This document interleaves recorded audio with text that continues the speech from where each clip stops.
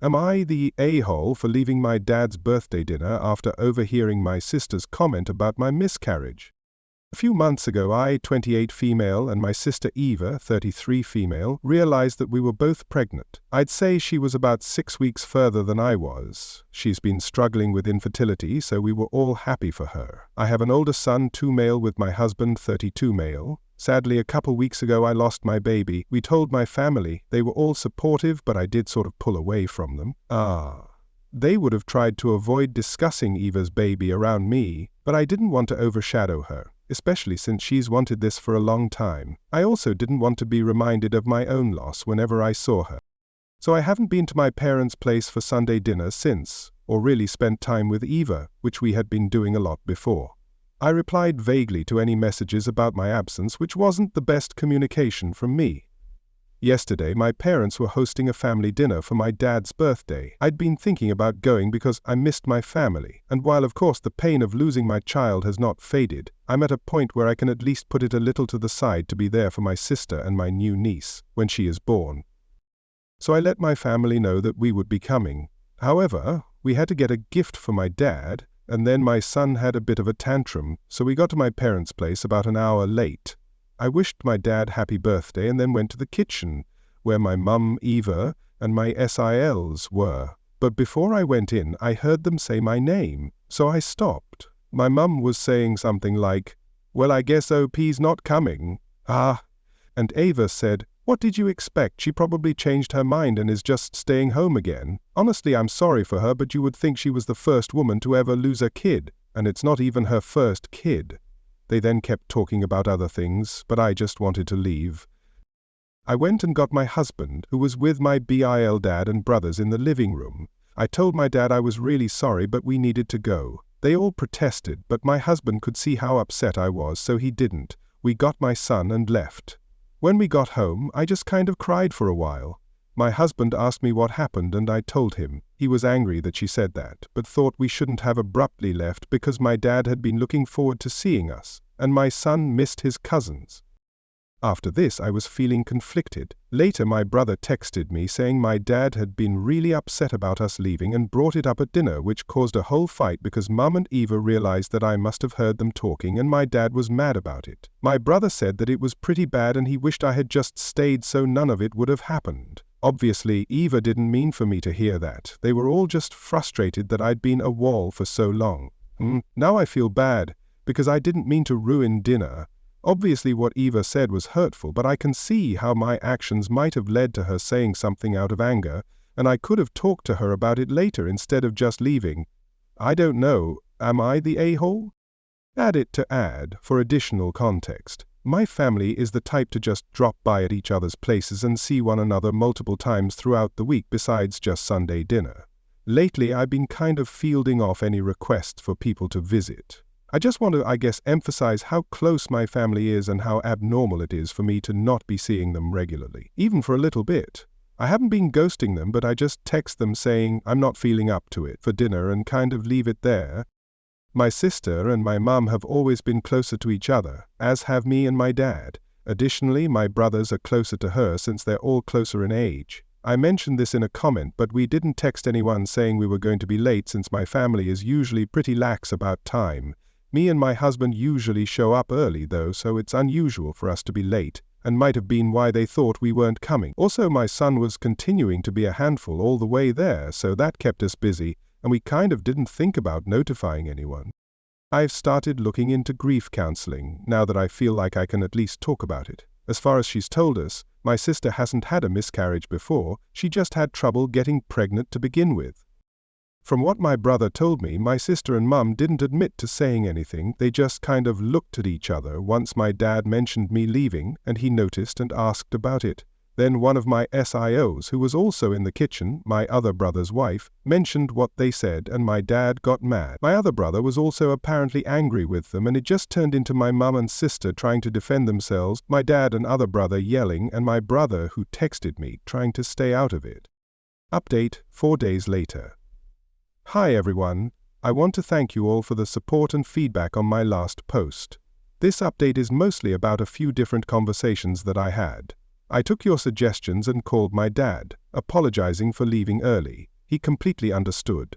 We talked a bit, and he asked if we could go out to lunch this week because he missed seeing me. So we made plans. Then I talked to my husband and told him that I didn't think I could have stayed and still thought leaving was the best thing for us. He apologized for invalidating my feelings and said he would have liked for us to spend time with family but not at the cost of my mental well-being. He offered to call my brother, not the one who texted me, to set up a playdate for our son with his kids, so my son could see some of his cousins, which I appreciated. Later, my mum called. I guess my dad told her we talked and she apologized for taking so long to call, saying she felt ashamed and didn't know how to talk to me.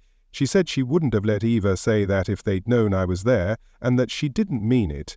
Eva has been hormonal and frustrated, and my mum thought calling her out at that point would have just made things worse. She felt terrible for hurting my feelings. I thanked her for the apology but told her I needed more time before meeting her. After this, Eva texted me and I wanted to hear her out, so I called. She apologized a lot and emphasized that she didn't mean it and regretted saying it, attributing it to the same thing my mum had. Apparently she and Bill also had a big fight about it when they got home, which delayed her talking to me. We had a long conversation in which she confessed that she had a few early miscarriages before they even told us she was pregnant, but she felt she had to keep smiling through it, which made her slightly resent how I was handling my situation. I told her I was hurting and keeping my distance so she could enjoy her pregnancy. She felt bad for misunderstanding and thinking I was shutting everyone out. I assured her that this wasn't the case. I hadn't let anyone in, and with her being pregnant it was tough for me. I wished her luck but told her I hoped she could understand why I didn't think I could be there with her. She was sad but agreed. We talked more, and by the end things were better. I texted my family group chat with a long message about how I was feeling and why I would be taking space from meetups, because I feel I need it after this. While the apologies eased my mind and I can see myself forgiving them in the future, I am still hurting, and I think right now I need to spend time with my husband and son and handle my grief with a professional. Thank you all again for reading this, and I hope this answers your questions about what happened next. Hope you all have a fantastic day. Am I the a-hole for cutting off my parents because they plan on leaving almost everything to my disabled brother? My 24 female brother, 32, is a failure to launch. He's never been very smart. He did badly in school and never went to college. He tried 2 different trade schools, welding and mechanic, but he basically flunked out of both. He works at a gas station now. My brother and I are our parents' only children. They always treated us relatively equal until adulthood.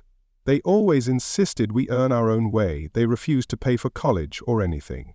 I joined the military at 17, got an associate's degree while I was in, and my GI Bill went towards my bachelor's. I'm working towards my master's now.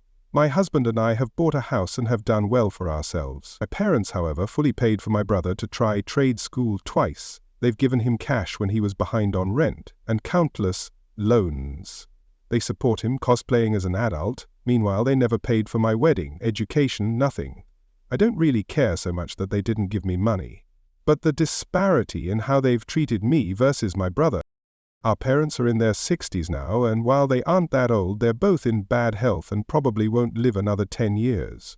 They just recently started working on their will and notified us that they were leaving almost everything to my brother, but they want me to be their medical power of attorney, manage their estate, etc. I told my parents to give my brother everything, and that I'm completely done with them. They told me to have some grace and understand the fact that he isn't very capable and needs their support, even after they're gone.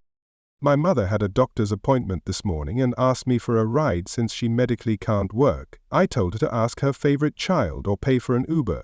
Things have been tense and hostile. My brother called me to apologize and asked me to not be mad at him, but I told him that I'm not mad at him, I'm mad at our parents for not treating us equally, and he didn't do anything wrong. Am I the a-hole?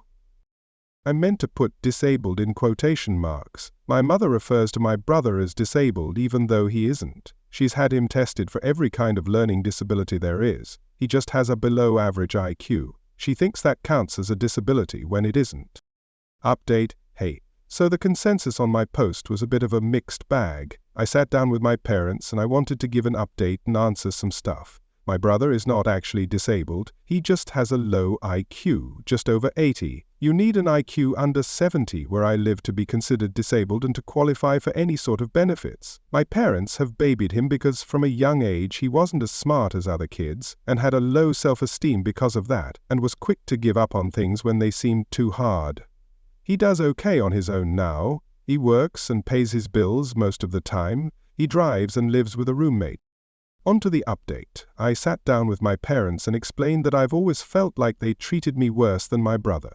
They always emphasized to me that as an adult you need to support yourself and figure things out on your own.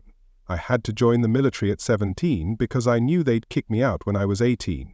My parents never offered me any support outside of raising me as a child. They didn't buy my husband and I a wedding gift. They didn't offer much of anything. Meanwhile, they brag about having over $1 million in the bank and having succeeded from nothing. Meanwhile, they paid to put my brother through 2 trade schools that he failed out of and offered him money to start his own business. They've always bailed him out when he was short on rent. For me, it's not so much about the money, but about the disparity in how we've been treated. It's obvious that they loved and cared for him more because they were willing to do these things for him and not me. But despite them not being there for me, I've still done really well in life. I told my parents about all of this and they were interrupting me and talking over me the whole time. They told me I'm not entitled to a dime when they die and that I'm an adult and I can handle myself. They just weren't understanding or even caring about my point. They told me I need to step up and treat them better and that it's wrong of me to not take my sick mother to the doctor or take care of her because of money. Eventually I just gave up on trying to talk about my feelings. They just don't care. I told them that they're adults and they're not entitled to anything from me. Just like how they were never required to help me, I'm not required to help them. I told them to completely remove me from their will. I'm not willing to be their estate executor, medical power of attorney, nothing. I don't want a dime from them at this point, and I suggested they spend all the money they've saved over the years to pay for really good nursing homes and an estate executor because I'm no longer willing to do anything for them.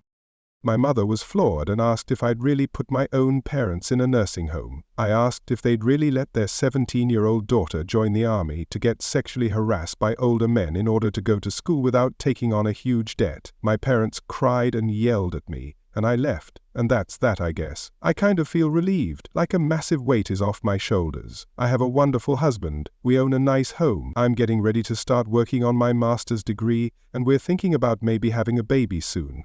I no longer have to worry about dealing with my parents. They're adults and they can deal with their own problems just like I've done with mine. And yeah, that's it. Not sure if it's the update we wanted, but it is what it is.